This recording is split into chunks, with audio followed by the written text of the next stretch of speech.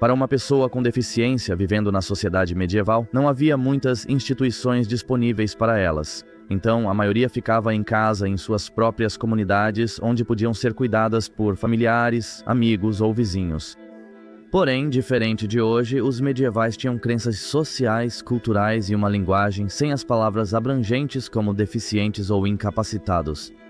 Na Inglaterra medieval havia mudos, surdos, cegos, coxos, leprosos, aleijados, tolos e lunáticos. Mas e se não pudessem ficar em suas comunidades? Onde essas pessoas se encaixavam na sociedade? Vamos voltar no tempo e ver como os deficientes sobreviviam durante a Idade Média. Então você acha que sabe tudo sobre cavaleiros, castelos e reis? Segure sua cota de malha. Vamos começar um canal de história sobre o Império Romano. Agora eu sei o que você está pensando. Espera, Império Romano. Isso não é antes das minhas lendas medievais favoritas? Bem, sim, mas fique comigo. Roma é onde tudo começou. Da queda do Império à ascensão de seus cavaleiros medievais, toda a história está conectada. Se quer aprender sobre esse período incrível, venha para a Festa da Toga no nosso novo canal, o Império Romano. Vai valer totalmente a pena o desvio na sua jornada histórica, então vou deixar um link para ele na descrição abaixo. E agora para o vídeo de hoje, bem-vindo à loucura medieval.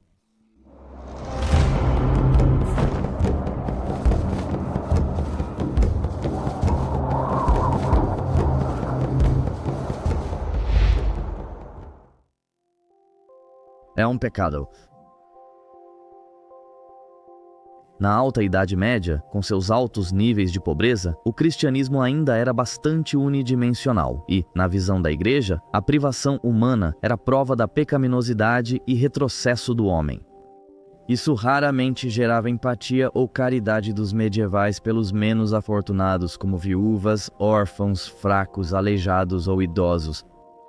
Dar esmolas aos pobres era um dever, mas visava mais garantir a salvação de quem doava do que ajudar quem recebia.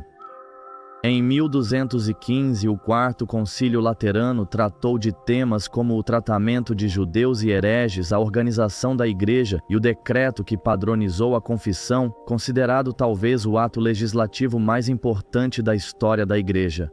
Enfatizou a crença de que a saúde espiritual era mais importante do que o bem-estar médico, declarando, cito, "Como a saúde corporal é às vezes causada pelo pecado, declaramos no presente decreto e exigimos estritamente que quando os médicos do corpo são chamados ao leito do doente, antes de tudo, eles os aconselhem a chamar o médico das almas, o clérigo, para que depois que a saúde espiritual tenha sido restaurada a eles, a aplicação da medicina corporal possa ser de maior benefício, pois removida a causa, o efeito passará." No cristianismo medieval, havia a ideia implícita de que pessoas com deficiência eram culpadas por resistir à cura e que existia uma relação entre pecado e aparência externa.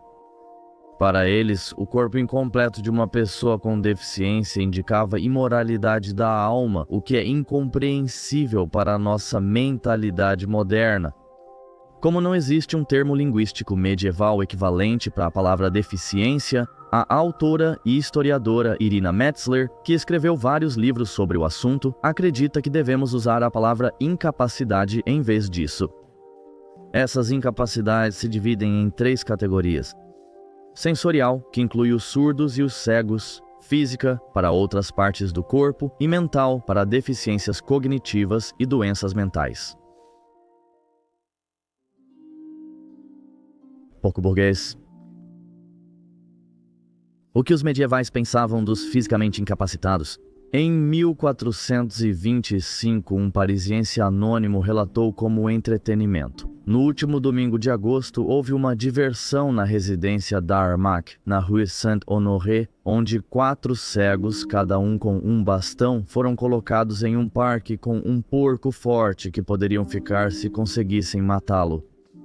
Assim foi feito e houve uma batalha muito estranha, porque eles se deram tantos golpes fortes com aqueles bastões que acabou sendo pior para eles, pois quando os mais fortes acreditavam que tinham acertado o porco, eles se acertavam e se realmente estivessem armados, teriam se matado. Na noite de sábado, antes do referido domingo, os ditos cegos foram conduzidos por Paris todos armados, uma grande bandeira à frente onde havia um porco retratado, e à frente deles um homem tocava um tambor baixo. Não é difícil perceber que o espetáculo não era tanto sobre matar o porco quanto assistir os 4 cegos se machucarem ao tentar se apresentar. A maneira como eles foram conduzidos pelas ruas na noite anterior era uma forma de anunciar o espetáculo e atrair o maior número possível de espectadores para a apresentação do dia seguinte. A crueldade deliberada com que foram humilhados dessa maneira chocará as pessoas hoje. E não foi um incidente isolado. Na verdade, essa zombaria com os cegos acontecia regularmente na França medieval. Existem outros manuscritos e ilustrações que mostram esse tipo de cena ao lado de outros espetáculos públicos, como brigas de galo e malabarismo, como se fosse um acontecimento comum. Provavelmente não é surpresa descobrir que os normandos usavam a cegueira como punição tanto na França quanto na Inglaterra após a conquista. E provavelmente não é coincidência que os normandos começaram a estabelecer a construção de hospitais especificamente para os cegos. Reis, senhores e ricos costumavam fundar hospícios e hospitais para pobres e doentes. Ironicamente, William, o Conquistador, um homem conhecido por cegar seus inimigos, estava entre aqueles que construíram esse tipo de hospital especializado. Uma mudança de coração. O historiador precoce e bispo Gregory de Tours e o santo bispo Fortunatus mencionam muitas pessoas leprosas e de mente fraca. Eles citam muitos cegos, mas só com São Francisco de Assis. No final do século XII houve mudança nas atitudes sobre pobres, doentes e deficientes. Assis fundou a ordem franciscana e cuidou de leprosos, considerando-se amigo de Cristo. Se ele não acalentasse quem Cristo morreu e pregou, seu Deus seria sua carne. Ele vive no vizinho mais próximo em todo homem. As obras corporais de misericórdia incluem alimentar famintos, abrigar sem teto e visitar doentes. Freiras e monges acolhiam estranhos, peregrinos e doentes como dever cristão. Esses peregrinos de passagem, muitos deles deficientes, e os pobres geralmente ficavam apenas uma noite, mas com o tempo, muitos foram autorizados a ficar por mais tempo, e períodos mais longos até se recuperarem ou morrerem. Esse cuidado de enfermagem era feito internamente. Durante séculos, monges e freiras cuidavam dos seus. O mosteiro de Whitby, em Yorkshire, foi descrito como tendo um edifício, citação, para o qual costumavam levar aqueles que estavam doentes ou pareciam estar à beira da morte, já no século VII. O Hospital de Santa Maria Madalena, em Ripon, mudou de casa para leprosos para a acomodação de padres cegos quando os casos de lepra diminuíram no fim dos anos 1300. Outras casas atendiam pacientes específicos, como o Hospital de Santa Maria em Cripplegate, Londres. Fundado em 1331 por William Elsing, um comerciante, ficou conhecido como Elsing Hospital. William queria que os padres cegos e paralisados tivessem preferência sobre quaisquer outros pacientes. O Hospital Chatham, em Kent, cuidava de freiras e monges epilépticos e cegos, mas outros lugares não eram tão seletivos. No Hospital de São Tiago, em Chichester, havia, cito, 6 aleijados, 2 pessoas sem pernas e 2 idiotas. Cada vez mais hospitais começaram a ser construídos dentro ou perto de instituições religiosas. Alguns eram especializados em lepra ou deficiências físicas. Na França, o rei Luís IX fundou vários hospícios, incluindo o Canesvan em 1254, destinado a 300 homens cegos. As casas de caridade também forneciam um lugar compassivo para os desfavorecidos viverem, oferecendo abrigo para viúvas, pobres e idosos. O Hospital St. John's em Kent, Inglaterra, foi um dos primeiros construídos. Fundado por volta de 1085 por Lanfranc, primeiro arcebispo normando de Canterbury. Inicialmente, o hospital abrigava cerca de 80 homens e mulheres coxos, fracos e enfermos que estavam, citando, oprimidos por vários tipos de enfermidades e, portanto, incapazes de sobreviver na sociedade convencional.